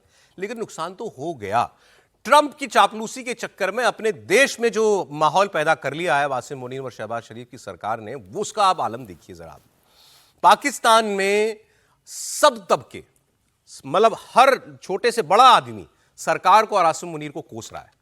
मुनीर को ट्रंप के लिए नोबेल मांगना अब गले की फांस बन गया है। एक ही बहस चल रही है पूरे पाकिस्तान में, क्या पाकिस्तान गाजा में अपने ही लोगों के खिलाफ, मतलब मुसलमानों के खिलाफ ही बंदूक उठाएगा? क्या हुआ जो 70 साल से जो है हमको चूरन बेचा जा रहा था, ये वही के लोग कहते हैं, ये बार बार मैंने कई जगह सुना, यही तो तुम चूरन बेचते थे हमको, कि गाजा में मुसलमान माना जा रहा है, गाजा में मुसलमान माना जा रहा है, इजराइल को हम बर्बाद कर देंगे, तबाह कर देंगे। ये न्यूक्लियर बम की धमकी इजराइल को भी देते थे। तो वहां तो लोग ये मांग करते थे कि इजराइल पे कब चला रहे हो न्यूक्लियर बम, और इजराइल के साथ बैठ के अब तुम जो है डील साइन कर रहे हो, इजराइल की सेना के साथ मिलकर तुम वहां हमास को मारोगे, हमास से हथियार छुड़वाओगे, ये काम करोगे। मैं आपको बता भी दूं जरा, क्योंकि ये बिल्कुल एक क्लियर खबर आई है। जो बोर्ड ऑफ पीस बना है ना, उसका मैंडेट क्या है, क्लॉज 7 क्या कहता है उसका? वो कहता है it authorises member states working with the board of peace and the board of peace itself to establish a temporary international stabilisation force in Gaza to deploy under unified command acceptable to board of peace members, कि हम वहां पर एक सेना, सारे member state मिलकर एक सेना बनाएंगे और वहां उसको उतारेंगे। फिर उसमें आगे क्या है, फोर्सेस कहां से आएंगी? Forces will be contributed by participating states in close consultation and cooperation with Arab Republic of Egypt and state of Israel. Israel की क्लोज कोऑपरेशन और सहमति से वहां पर आप फौज उतारोगे। पाकिस्तान ये काम करेगा। आज तक पाकिस्तान ने इजराइल को मान्यता नहीं दी है। अब वहां की पार्लियामेंट में सवाल उठा, भाई कैसे किया तुमने ये? इस पार्लियामेंट से पूछा क्यों नहीं इतना बड़ा कदम उठाने से पहले, जिस बुनियाद पे तुम्हारा देश बना, उसी के खिलाफ उसकी मुसलमानों के लिए बना। फिलिस्तीन की आवाज उसी दौर के आसपास ही इसराइल और फिलिस्तीन भी बने थे। फिलिस्तीन तो कभी था ही नहीं, खैर इजराइल उसी वक्त बना था। तो आजादी से हम जिस इजराइल के खिलाफ लड़ने की बात करते हैं, 80 साल से तुम वही बात हमको रटाए जा रहे थे, और आज जाके तुमने बगैर अपने लोगों से फैसला मशवरा किए तुमने जाके वहां पर समझौता कर लिया। सुनिए उनकी पार्लियामेंट में क्या बात हुई। कह रहा है इजराइल है भाई मेन आदमी वहां पे, जिसके साथ तुम बैठ करके डील कराए हो। तुमको लग रहा था ट्रंप के बगल में बैठे हो, ट्रंप के पीछे नेतन्याहू खड़ा था, और वो कह रहे हैं ट्रंप को कसाब, मतलब कसाई जैसा है नेतन्याहू, उसके साथ तुम करोगे समझौता। अब दूसरी बात, और यहां पे एक इंपॉर्टेंट बात है हमारे बात करने के लिए। पाकिस्तान के लोग कह रहे हैं कि अब जो बात नहीं कहीं मान रहे हो अब तक, उसको भी मान लो कि आपने इजराइल को मान्यता दे दी। अच्छा, अभी हुआ नहीं है, लेकिन अगर ये एक दिन हो जाए काम, और इजराइल ये चाहता है, क्योंकि इजराइल सारी जिंदगी अलग थलग रहा, वो चाहता है मुसलमान देश मुझे मान्यता दें। यूएई ने दे दी है, सऊदी अरब भी देने वाला था, लेकिन वो बीच में ये मामला हो गया, नहीं तो वो भी मान्यता देने वाला था। तो वो चाहता है पाकिस्तान भी मुझे मान्यता दे, उसकी एक्सेप्टेंस बढ़ती है। लेकिन ये हमारे लिए शायद उतना ठीक नहीं होगा, क्योंकि पाकिस्तान के खिलाफ इजराइल हमेशा हमारे साथ खड़ा रहा है। लेकिन अब पाकिस्तानी कह रहे हैं अब उसमें क्या बचा है, तुमने डिफैक्टो मान्यता दे दी है, तुमने तस्लीम कर लिया, मान लिया कि इजराइल को एक स्टेट, नेशन स्टेट के तौर पर हम मानते हैं। तो अब इसमें अब झूठ बोलने की या अपने लोगों को दिखावा उनके सामने करने की जरूरत नहीं है। अब तुम और इजराइल एक हो। अब ये खबर चल रही तो प्रोफेसर साहब ने कहा कोई फर्क नहीं पड़ेगा अगर इजराइल मान्यता भी देता। क्यों सर, सॉफ्ट तो हो ही जाएगा ना थोड़ा पाकिस्तान को लेकर इजराइल। मैं इसलिए कह रहा हूं कि देखिए, रिश्ते तो डिप्लोमेटिक रिलेशन एस्टेब्लिश होता है, तो डिप्लोमेटिक रिलेशन तो हमारा पाकिस्तान चाइना के साथ है। कौन हमारा रिश्ता एक दूसरे के साथ बड़ा सॉफ्ट है। डिप्लोमेटिक एक मिनट पाकिस्तान के साथ डिप्लोमेटिक रिलेशन है, फिर कहाँ हमारा सॉफ्ट रिलेशन उनके साथ कोई है, इससे कोई फर्क नहीं है। दूसरा बहुत बड़ा इंपॉर्टेंट है, ये जो ज्यूज नेशन है, मार करके दुनिया में भगा दिया गया था सारे जगह। ये उनकी अपनी जन्मस्थली थी जहां से उनको भगा दिया गया था। और जब दुनिया में हर जगह ज्यूज को प्रताड़ित किया जा रहा था, मारा जा रहा था, कत्लेआम किया जा रहा था, अकेला भारत था जिसने शरण दिया था। तो यदि आप देखेंगे कि आप उनके हमारा साथ नहीं जब आप दोस्ती कभी कम नहीं करेगा, जब आप ये उनकी पूरी पीढ़ियों को पढ़ाया जाता है। और मैं आपको बता दूं, इजराइल में यदि आप उतरेंगे और आपसे पूछ दिया कि आप इंडियन हैं, फिर आप देखिए कि आपका क्या रिस्पेक्ट। लेकिन एक बड़ी घटना तो होगी ना अगर जिस दिन पाकिस्तान मान्यता दे देगा, और वो कह रहे हैं आप लगभग मान्यता दे चुके हो। अगले इससे जो अगला बयान है वो वाला अभी प्ले करेंगे हम लोग, अगला नेक्स्ट वाला। उसमें देखें, मैं तो कुछ एक लोगों को पाकिस्तान में जिनको सुनता हूं, जिनको मैं थोड़ा सेंसिबल मानता हूं, मेरे एक व्यक्ति को लेकर कल मेरी राय बदल गई। वो जो अभी आप बात कह रहे थे, वो व्यक्ति पढ़ा लिखा जर्नलिस्ट, बहुत सीनियर आदमी, और मैंने हमेशा उसको सेंसिबल बात करते ही सुना था। कल वो कह रहा है कि अरे तुमने उनके साथ दोस्ती कर ली जाकर के जिनके खिलाफ अल्लाह ने हुक्म दिया है जंग करने का, तुम तो अल्लाह के खिलाफ चले गए। ये अगर वो आदमी ये कह रहा है, शक्ल देख के आप पहचान जाएंगे किसकी बात मैं कर रहा हूं, तो मतलब आम पाकिस्तानी क्या सोचता होगा इजराइल और यहूदियों के बारे में, आप इससे अंदाजा लगा लीजिएगा। सुनिए बयान। योगेश जी, लेकिन ये तो पढ़ा लिखा एक आदमी, सीनियर जर्नलिस्ट, ये सोच रखता है कि यहूदियों के खिलाफ तो जंग का हुक्म है भाई अल्लाह से हमें। तो मदरसा में पढ़ा होगा, वहाँ तो यही पढ़ाया जाता है। भारत के मदरसों को जब कहा गया कि ऑनलाइन रजिस्ट्रेशन पढ़ा तो होगा, मदरसे में आसिम मुनीर भी है, वो तो फौज भेज रहा है। तो वो क्या कर रहा है? वो भी तो कर रहा है, कुर्सी के लिए शहबाज को बलि चढ़ाने की तैयारी कर रहा है वो। तो आसिफ मुनीर मदरसा में पढ़ा था, क्या आप सोच रहे कि बड़ा रचनात्मक सोच का आदमी बन गया है? नहीं, वो अपने ही मुस्लिम लोगों को बलि चढ़ाने जा रहा है। किसके लिए? कि हम प्रधानमंत्री बन जाए पाकिस्तान के। तो मदरसा में यदि आप सोचते हो, मदरसा दो धारी तलवार है, एक धार यदि काटती है दूसरी धार आपके लिए भी खतरा बनती है। ये जो बोल रहे कि अल्लाह का हुक्म है, तो ये क्या बोल रहे? पढ़ा लिखा जर्नलिस्ट हम मानते हैं इसको। अरे अल्फला यूनिवर्सिटी, ठीक ठाक बात करते हैं ये अरे आदमी। भारत के अल्फला यूनिवर्सिटी में डॉक्टरी MBBS किया हुआ क्या करता है? बम फोड़ता है बांध के लाल किला के सामने, यही पढ़ाया जाता है। तो जब हेमंत बिस्वा शर्मा कहता है कि भाई साहब हम डॉक्टर इंजीनियर बनाना चाहते हैं, हम सिर्फ कुरान भर नहीं पढ़वाना चाहते, तो उसका विरोध होता है। तो मदरसा में पढ़ा हुआ व्यक्ति की सोच को आप मानेंगे कि तांगे का घोड़ा देखा है ना आपने जी? तांगे के घोड़े के दोनों तरफ फटका लगा होता है, वो एक चौराहे से दूसरा चौराहा आगे बात करते हैं सर। इस वक्त एक तस्वीर में आपको उत्तर प्रदेश की दिखाना, लखनऊ की दिखाना चाहता हूं। यूपी स्थापना दिवस पर इस वक्त योगी आदित्यनाथ बोल रहे हैं, अमित शाह इस कार्यक्रम के मुख्य अतिथि हैं। ताकत बनेगी, अच्छा भोजन, हाइजीन युक्त भोजन, खाद्य सामग्री मिलेगी, मिलेट से बनी हुई, श्री अन्न से बनी हुई सामग्री लोगों को प्राप्त हो सके। स्थानीय उत्पाद को हम लोग जियो टैग कर सकें और फिर इसके माध्यम से उसे वैश्विक पहचान दिला सकें, उसकी पैकेजिंग की, उसकी ब्रांडिंग की और उसकी डिजाइनिंग को, वैश्विक मांग को, देश की मांग के अनुरूप उस प्रकार की प्रोडक्ट को हम यहां से एक्सपोर्ट कर सकें। यह एक अवसर अब हर व्यंजन के लिए भी उत्तर प्रदेश के अंदर प्राप्त होगा। आज यहां पर उत्तर प्रदेश गौरव सम्मान से 5 विभूतियों को सम्मानित किया जाएगा मुख्य अतिथि के कर कमलों से, जिन्होंने देश के लिए कुछ लीक से हट करके विशिष्ट किया है। उनका सम्मान भी आज यहां पर, उन 5 विभूतियों का सम्मान भी आज यहां पर आदरणीय गृह मंत्री जी के कर कमलों से होने जा रहा है। इस कार्यक्रम में अमित शाह भी बोलेंगे, योगी जी क्या महत्वपूर्ण बातें कहते हैं दोनों, फिर आपको आगे भी हम सुनवाएंगे। हाँ, बात हम अभी कर रहे थे पाकिस्तान की, तो आपने कहा कि साहब मदरसे में वही सिखाया जाता है जो वहां के पत्रकार बोल रहे थे कि यहूदियों से जंग करो। सर लगा आपने एक बात और कही, तो मुझे अगले बयान का क्यों मिल गया। अभी आपने क्या कहा कि ये आसिम मुनीर जो है बली का बकरा बना रहा है शहबाज शरीफ सरकार को। मुझे नहीं मालूम आपने वो बात उनके लोगों की सुन ली थी क्या।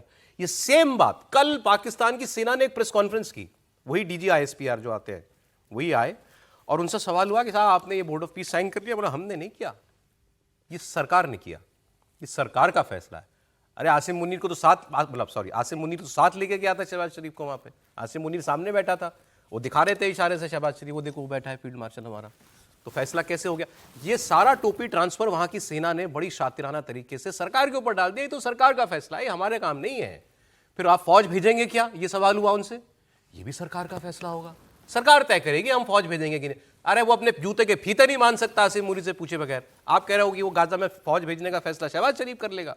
लेकिन ये कितने शातिर लोग हैं कि इसका अगर कोई फॉल आउट हो, कोई नाराजगी हो, हम पे बात ना आए। प्रधानमंत्री को इसलिए साथ में लेके चल रहा है वो सब जगह से कि ये देखो, ये साइन इसने किया, दस्तखत वो कर रहा है शहबाज शरीफ।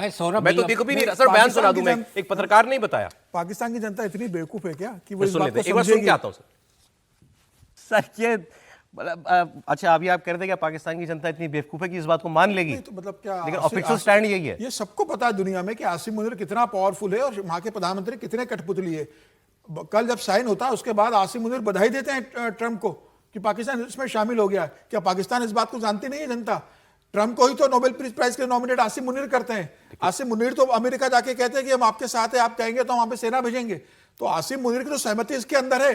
सेना ने जरूर कह दिया कि भाई प्रशासन नहीं, साइन तो प्रशासन नहीं करेगा। क्या सेना साइन करती है क्या? सरकारी साइन करेगी। क्यों जब वो सारी डील, जब सारी डील वो करेगा आसिम मुनीर, अभी पाकिस्तान एयरलाइन बेची तो खरीदी, चला रही है उसको फौज, तो ये यहां भी साइन कर लेता जाके। आसिम मुनीर तो पकड़ के लेके गया प्रधानमंत्री को कि मैं साइन नहीं कर सकता हूं, सरकार में आप है, आपको साइन करना है, आपको साइन करना है उसको। कि डर है कि सेना कह रही है फैसला सरकार का, हमारा नहीं है। उनको मालूम है कि इसका क्या असर होने वाला है। पाकिस्तान में तो उसका असर दिखाई दे रहा है। और इसको आप चाहे मदरसा कहें, कुछ कहें, पाकिस्तान के लोग इजराइल के साथ तो नहीं खड़े हो सकते, ये साफ है। नफरत करते हैं, नफरत करते हैं। नफरत भी बहुत छोटा शब्द है। आप नहीं जानते पाकिस्तान को कि इजराइल के बारे में वो क्या सोचते हैं, और इसलिए इसका क्या नतीजा होगा। अब वो तो एक मजबूरी है उनकी कि वहाँ पर जब लंच करके आएंगे, जो बात बार बार हम लोग कहते हैं नो फ्री लंचेस, तो लंच आप ट्रंप साहब के साथ करेंगे तो फिर कैसे उनसे अलग होंगे। और ये बात ठीक है जो समीर साहब करें, भाई पाकिस्तान के लोग भी जानते हैं कि मुनीर साहब के हाँ या ना के बिना वो नहीं कर सकते। वो तो बोर्ड ऑफ पीस में क्या है कि state head of the state चाहिए, इसलिए वो साइन कर रहे हैं, लेकिन वो उनके साथ ही कर रहे हैं। और मुनीर को पता है कि इसका बड़ा विरोध पाकिस्तान में होगा, और वो अब भी कोई रास्ता निकालने की, जो आपने कल भी चर्चा कर रहे थे कि भाई इजरायली कहते कि भाई तुम बताओ, इनको मत शामिल करो, इन पर हमें भरोसा नहीं है, तो वो कोई रास्ता ऐसा निकल जाए कि हमारी बात भी होगी कि ट्रंप साहब ने कहा तो ये हो जाए। लेकिन ये इसका बहुत नतीजा भी वहाँ पर हो सकता है। यदि मान लीजिए सेना भेज दी गई तो पाकिस्तान कैसे इसको रिएक्ट करेगा, ये मैं समझिए कि कोई डेमोक्रेसी नहीं है वहाँ पर। लोग सड़कों पर निकलते हैं ना, सड़क पे तो निकलते ही इस पर भी मरते भी हैं, इस पर ज्यादा निकल जाएंगे। और हो सकता है इमरान के साथ के जो लोग हैं वो इसको ही एक बड़ा इशू बना लें कि किस तरह से ये जो सरकार है, मुनीर साहब हैं, और ये विरोध होगा तो मुनीर का फायदा है, विरोध नहीं होगा तो मुनीर का फायदा है। विरोध होगा तो किसके खिलाफ होगा? शाहबाज के खिलाफ होगा, और शाहबाज के खिलाफ यदि विरोध हुआ, मैं कुछ सहमत हूँ उनकी बात से, सब समझ रहे हैं कि जो कर रहा है मुनीर भले समझ रहे हैं, लेकिन जाएगा तो बल किसकी चढ़ेगी? सरकार की चढ़ेगी, सेनाध्यक्ष की नहीं चढ़ेगी। इमरान आ जाएगा। तो इस तरीके से शहबाज मरेंगे, और यदि नहीं हुआ तो सारा कुछ पीसफुल तरीके से वो तो शहबाज को वैसे ही हटाने के चक्कर में कितने बयान हमने आपको दिखाए हैं कि बहुत प्रेशर है कि आप डिलीवर नहीं कर पा रहे हो, अब आप इमरान खान को काउंटर नहीं कर पा रहे हो। देखिए, यदि मौलाना सड़कों पर आ जाते हैं वहाँ के, और इस मुद्दे पर आने की उनकी संभावनाएं बढ़ जाती हैं। आपको याद होगा कि लाल मस्जिद पर जब घेराबंदी किया था मौलानाओं ने, तो किस प्रकार की जब प्रदर्शन वहाँ पर हुए थे तो पूरे पाकिस्तान में उफान मच गया था।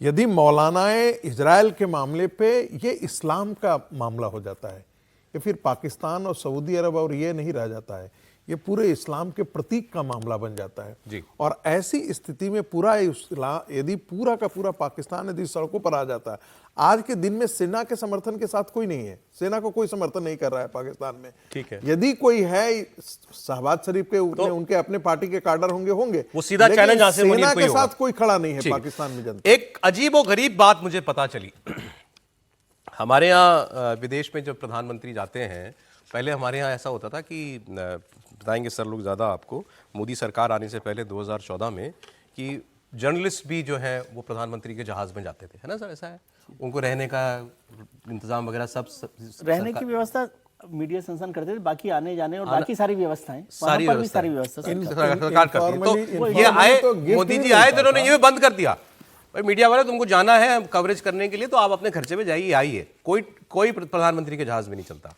मैंने पाकिस्तान की खबर देखी, जो डावोस गए थे, इनके एक आदमी बता रहे 3 जहाज गए। हालत क्या है कि आईएमएफ के बेलआउट पे जिंदा है देश, तो वो पूछ रहे हैं कि 3 जहाज किस लिए भेजे थे तुमने? आसिम मुनीर अलग जहाज में, प्राइम मिनिस्टर शहबाज शरीफ अलग जहाज में, फॉरेन मिनिस्टर अलग जहाज में, एक ही जगह पर जाने के लिए 3 अलग अलग प्लेन लेकर के गए। ऐसी शाह खर्ची उस देश के अंदर जिसकी दाल रोटी चल रही है उन लोगों के बिना पर जो बाहर से पैसा भेजते हैं इनको। आप जरा ये बात सुनिए। अब पाकिस्तान के हालात खुद पाकिस्तानी आपको बता देंगे, पढ़े लिखे अर्थशास्त्री टाइप के लोग। ये कह रहा है कि हमारे यहाँ कोई इंडस्ट्री नहीं बची, हर हफ्ते नई इंडस्ट्री बंद होती है, कहीं लगती है, मतलब हमारे यहाँ लगने की खबर आती है, क्या बंद करने की पाकिस्तान दावो, इसीलिए ये कह रहा है कि पाकिस्तान इज अनइन्वेस्टेबल। पाकिस्तान में इन्वेस्टमेंट करने के बारे में विदेशी लोग सोचते ही नहीं, इंस्टीट्यूशन सोचते ही नहीं है, इसको अनइन्वेस्टेबल करार दे दिया गया है। सुन ले। और अभी एक वो कह रहे थे कि कार्ड बांटने के लिए जहाज इस्तेमाल, अभी मरियम नवाज के बेटे की शादी के कार्ड जो है सरकारी जहाजों से जा के बांटे गए, यह आरोप लगाया जा रहा है। सर है तो बड़े दिल के लोग हैं, सोचते नहीं, परवाह नहीं करते। नहीं, जो विरोध देख रहे हैं ना, इमरान खान जब अमेरिका गए थे तो वो सामान्य इंटरनेशनल फ्लाइट से गए थे। मैं जो लोग कह रहे हैं वो तो ठीक है, मैं हैरान इसलिए था कि डावोस जाकर क्या करेंगे पाकिस्तान के नेता। डावोस जो है ना इकोनॉमिक फोरम है जहां पर इन्वेस्टमेंट पे, इंडस्ट्री पे, इकोनॉमी पे चर्चा होती है, तो आईएमएफ का लोन तो वहां पर भी अमेरिका ने बड़े लंबे अरसे के बाद कोई पॉजिटिव सिग्नल भारत को लेकर के दिया है। अच्छा, ट्रंप वैसे तो मोदी जी की तारीफ करते हैं, बहुत दोस्त बताते हैं, भारत की भी तारीफ करते रहे थे, लेकिन उन्होंने कोई कदम ऐसा नहीं उठाया जिससे हमको कुछ लगे कि भाई अब संबंध सुधारना चाहते हैं ट्रंप।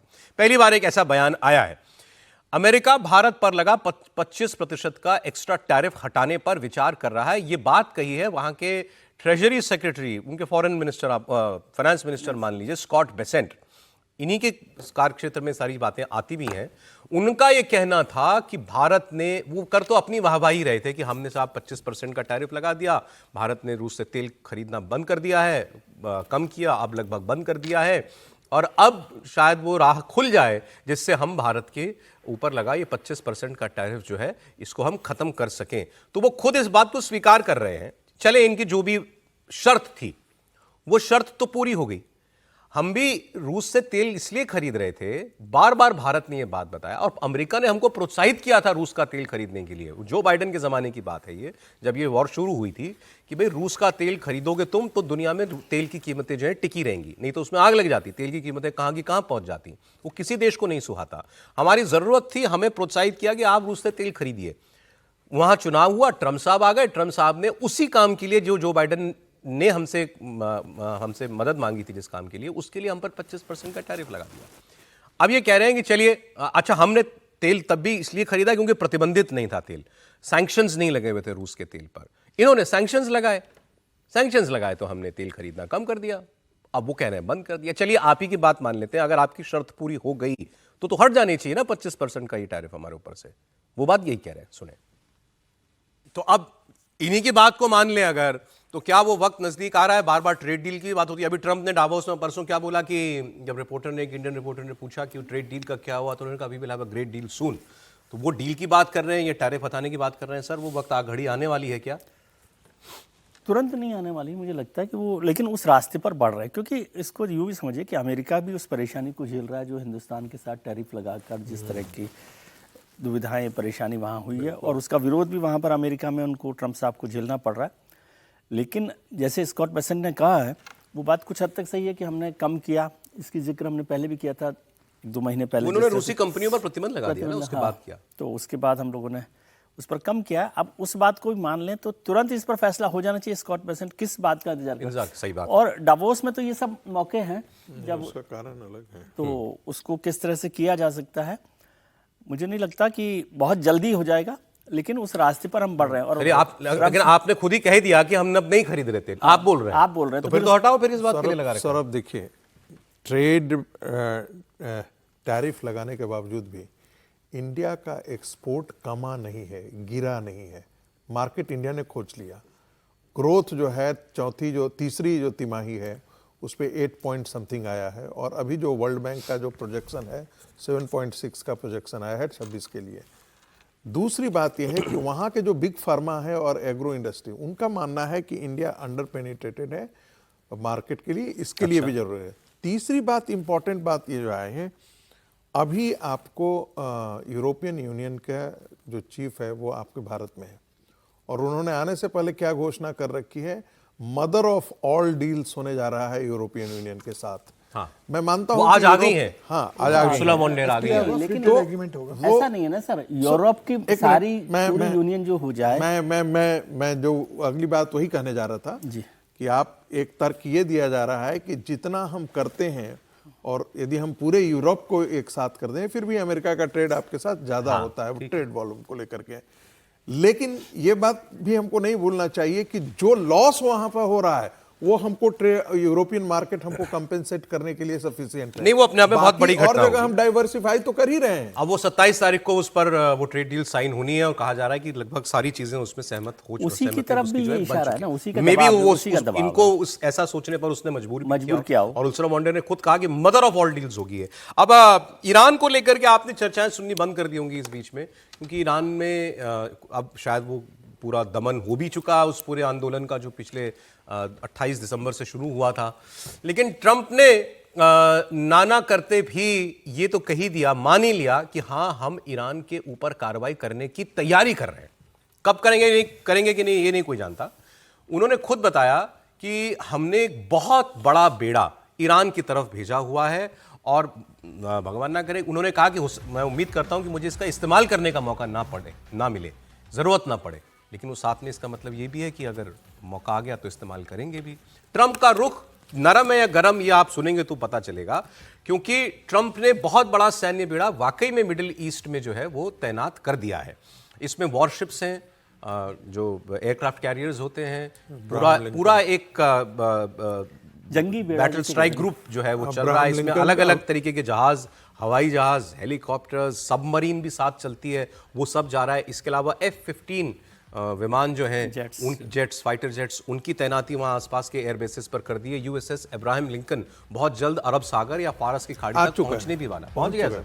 हाँ, तो उनकी तैयारी हो गई है पूरी। अब और इसने अपने ट्रांसपॉन्डर बंद कर दिए, ये बहुत बड़ी बात है। मतलब कोई से ट्रैक ना कर पाए मूवमेंट को, अब वो ट्रांसपॉन्डर्स बंद कर दिए गए। और ये F-15E striker eagle fighter jets भी वेस्ट एशिया में पहुंचा दिए गए हैं। इसके अलावा एयर रिफ्यूलिंग के जो जहाज होते हैं वो भी वहां पर पहुंचा दिए गए हैं। तो ट्रंप चाह क्या रहे हैं? अभी भी वो इजराइल के कहने पर हमला करेंगे या वो बात आई गई हो गई? सुनिए अब ट्रंप की बात।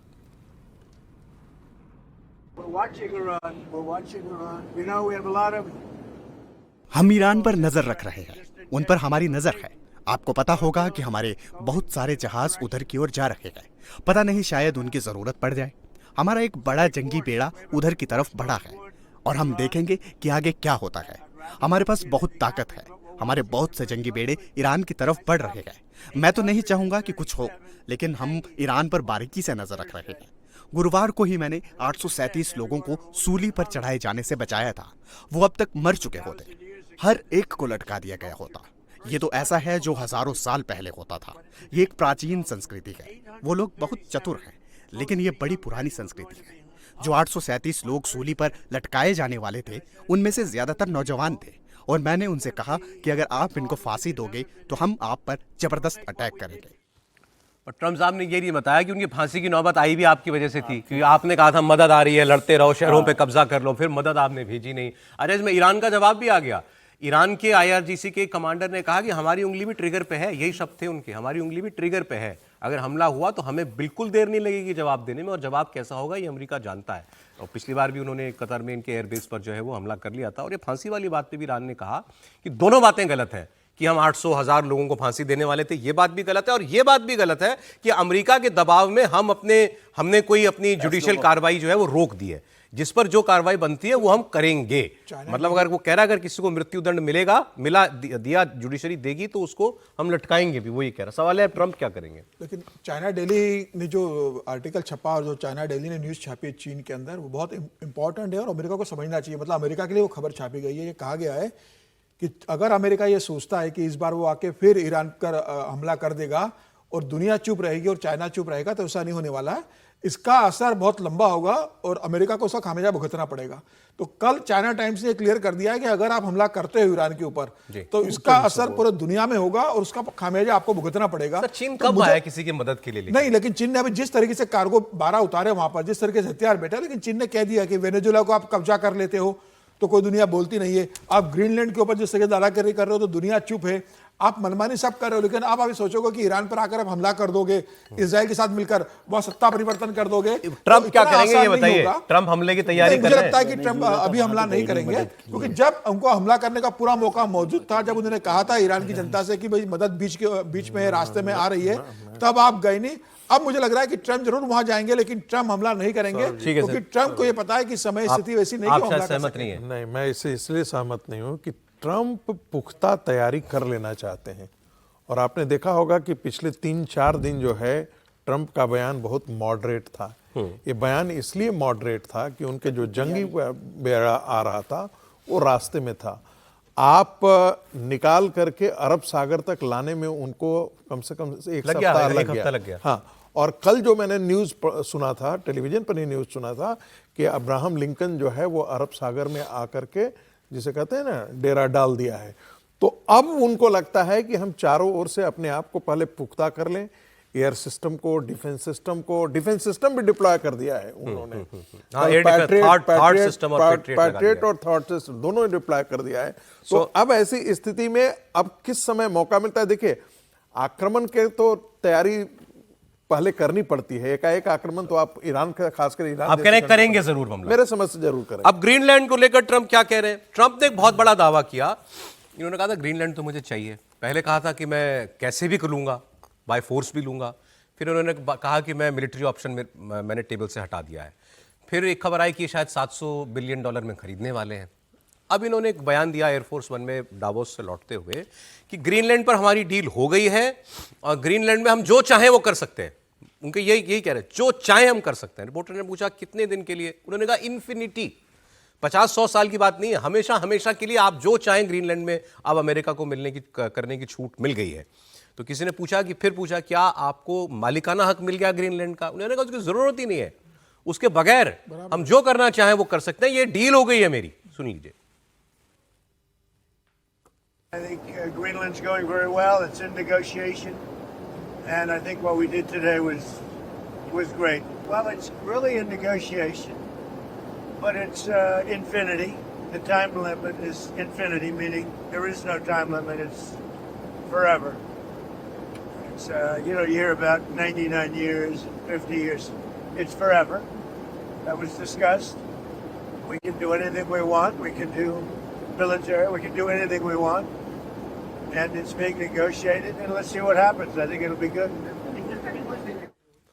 हालांकि डेनमार्क के प्रधानमंत्री को मैं सुन रहा था, उन्होंने कहा कि मुझे ऐसी किसी डील के बारे में नहीं मालूम है और हम अपनी सोवेरेनिटी, संप्रभुता से कोई समझौता नहीं करेंगे। तो ये बात तो वो उस यूरोप को लेकर है जिसको ट्रंप कुछ समझते नहीं, लेकिन वो यूरोप अब आंखें दिखा रहा है ट्रंप को। सबसे पहले ट्रंप का एक आपको अपडेट में दे दो। ये एक फोटो देख रहे हैं आप, ये फोटो देखिए, इन्होंने ग्रीनलैंड को लेकर के जो है पोस्ट की है कि अब ग्रीनलैंड में अमेरिका का झंडा लिए बच्चा जा रहा है। तो ये इन्होंने जो है मतलब तय कर दिया कि अब ग्रीनलैंड हमारा हो गया है। लेकिन इन्होंने जो बोर्ड ऑफ पीस बनाया राकेश जी, स्पेन ने ऑफिशियली मना कर दिया कि हम इसका हिस्सा नहीं बनेंगे, और उसने वजह बताई है। उसने कहा हम यूएन से अलग ऐसे किसी और तंत्र का हिस्सा नहीं बनना चाहते। दूसरा, जो कुछ भी इजराइल में वहाँ फिलिस्तीन में होगा, उसमें अगर आप फिलिस्तीनी अथॉरिटी को नहीं ले रहे हो उस बोर्ड के अंदर, पैलेस्टीनियन अथॉरिटी को, तो उसका क्या मतलब है? ये कह के उन्होंने मना कर दिया। बात इतनी नहीं है, तो स्पेन ने खुल के आंख दिखाई। ट्रंप ने कनाडा को जो बोर्ड ऑफ पीस का न्योता दिया था वो वापस ले लिया है। इन्होंने एक बाकायदा ट्रूथ सोशल पर पोस्ट किया और कहा कि माइक कार्नी जी, डियर प्राइम मिनिस्टर कार्नी, ये जो चिट्ठी मैं आपको भेज रहा हूं, इसका मतलब ये है कि आपको जो मैंने न्योता दिया था बोर्ड ऑफ पीस का, मैं आपसे वापस ले रहा हूं। क्यों? क्योंकि माइक कार्नी ने बहुत कुछ सुनाया था इनको वहीं पर ट्रंप पर। लेकिन इसके बाद माइक कार्नी चुप नहीं बैठे। ट्रंप ने क्या कहा था वहां पर डावोस में कनाडा के लिए? Canada lives because of us, तुम जिंदा हो हमारी वजह से। और माइक कार्नी का नाम लेके कहा था कि आइंदा सोच समझ के बोलना। माइक कार्नी ने जवाब दिया, उन्होंने कहा कि हम आपकी वजह से जिंदा नहीं है, कनाडा जिंदा है कैनेडियंस की वजह से। तो ट्रंप साहब भी ये बात साफ साफ सुन लें, कैमरे पे बोले। ना सिर्फ ये कह रहे हैं कि हम अमेरिका की वजह से जिंदा नहीं है, उन्होंने कहा कि कनाडा ये तय कर सकता है कि दुनिया जो है वो तानाशाही की तरफ, अथॉरिटेरियनिज्म की तरफ ना जाए, हम उस हक में खड़े हैं। तो सीधा मतलब अब यूरोप के और कनाडा के प्रधानमंत्री आईना दिखा रहे हैं ट्रंप को। देखिए, सबसे पहले तो मैं अभी आपसे भी समझना चाह रहा था कि बोर्ड ऑफ पीस है क्या। अब बोर्ड ऑफ पीस में जो मैंने एजेंसी में पढ़ा, उसके हिसाब से बोर्ड ऑफ पीस जो है वो डोनाल्ड ट्रंप जी की जेब की संस्था है, क्योंकि उसके चेयरमैन डोनाल्ड ट्रंप है, ना कि अमेरिका के राष्ट्रपति। तो जब अमेरिका का राष्ट्रपति उसका नहीं है, तो जब कल ये राष्ट्रपति नहीं रहेंगे तो बोर्ड ऑफ पीस कौन चलाएगा?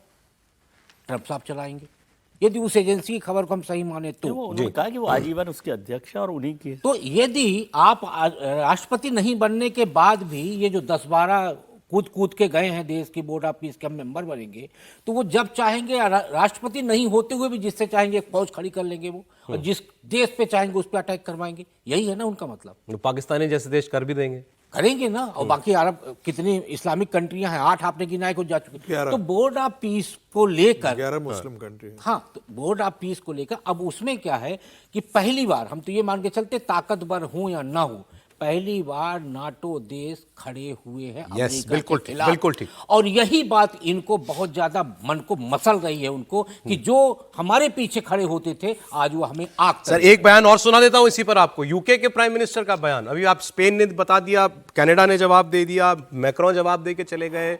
अब इन्होंने क्या किया ट्रंप ने? इन्होंने कहा कि हम तो नेटो की मदद के लिए हमेशा जाते हैं, यूरोप की मदद के लिए। यूरोप हमारी मदद के लिए कब आया? तो किसी ने याद दिलाया सर, वो 9/11 के बाद अफगानिस्तान में जो है नेटो की फौजें भी गई थी और यूरोपियन देशों की। तो उन्होंने कहा कि लेकिन उस वक्त ये फ्रंट लाइन पे नहीं लड़ते थे, ये पीछे खड़े रहते थे, लड़ते तो हम थे। तो यूके के प्राइम मिनिस्टर ने फिर मीडिया के सामने आके कहा हमारे 450 लोग मारे गए अफगानिस्तान में। ये सब नाम लेके कहा, जो कहा है डोनाल्ड ट्रंप ने, ये उनकी शहादत का अपमान है और बहुत खराब बयान है। फिर उनसे पूछा क्या आप उनसे माफी मांगने के लिए कहेंगे, तो उन्होंने जवाब दिया अगर मैं उनकी जगह होता तो मैं माफी मांगता। Let me start by paying tribute to the 457 of our armed services who lost their lives in Afghanistan. I will never forget their courage, their bravery, and the sacrifice that they made for their country. There are many also who were injured, some with life-changing injuries. And so I consider President Trump's remarks to be insulting and frankly appalling. And I'm not surprised they've caused such hurt to the loved ones of those who were killed or injured, and in fact, across the country. Well, I've made my position clear, and what I say to Diane is if I had misspoken in that way or said those words, I would certainly apologise, and I'd apologise to her. तो जब पानी sir से ऊपर होता है तो हर कोई बोलता है, कौन सोच सकता था ये देश कभी अमेरिका और अमेरिका के राष्ट्रपति का नाम लेके उनके खिलाफ बोलेंगे। एक खबर इस वक्त की आपको बता दूं, यूपी स्थापना दिवस पर गृहमंत्री अमित शाह का एक बड़ा स्टेटमेंट है। उन्होंने कहा है कि योगी जी के नेतृत्व में यूपी का विकास हुआ और मोदी जी के संकल्प को योगी आदित्यनाथ ने पूरा किया। आज मोदी जी के नेतृत्व में योगी आदित्यनाथ जी ने जो योजनाओं को धरातल पर उतारा है, एक जमाने में उत्तर प्रदेश को लेबर सोर्स स्टेट के रूप में माना जाता था, आज भारत की इकोनॉमी का फोर्स स्टेट बन चुका है। ये हम सब के लिए ये बीमारू राज्य बनाकर कांग्रेस सपा बसपा ने रखा था, भारतीय जनता पार्टी की सरकार ने बीमारू राज्य को ब्रेक थ्रू राज्य बनाकर आज विकास को हर गांव में पहुंचाया। पिछले 3 साल में उत्तर प्रदेश का विकास दर, कृषि विकास दर 17% रहा और देश में खाद्यान्न के उत्पादन में 20% का योगदान उत्तर प्रदेश का है। मैं आज निसंकोच कह सकता हूं, उत्तर प्रदेश आज भारत का फूड बास्केट बन चुका है। गन्ने में 1 नंबर पर, इथेनॉल में 1 नंबर पर, और सारी मोदी जी की योजनाएं आज धरातल पर उतरी। यूपी के कार्यक्रम में बोल रहे थे गृहमंत्री अमित शाह। आज वक्त इतना ही।